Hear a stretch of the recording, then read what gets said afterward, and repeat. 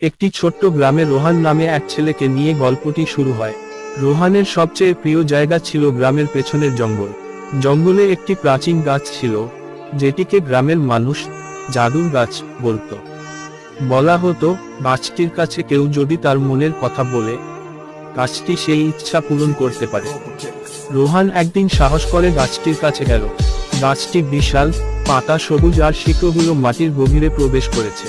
রোহান গাছটির কাছে গিয়ে বলল, তুমি যদি সত্যিই জাদুর গাছ হও, তবে আমার বাবার অসুস্থতা দূর করে দাও। গাছটি হঠাৎ কেঁপে উঠল, আর রোহানের সামনে একটি ছোট্ট সবুজ পাতা ঝরে পড়ল। রোহান পাতা তুলে বাড়ি ফিরে গেল।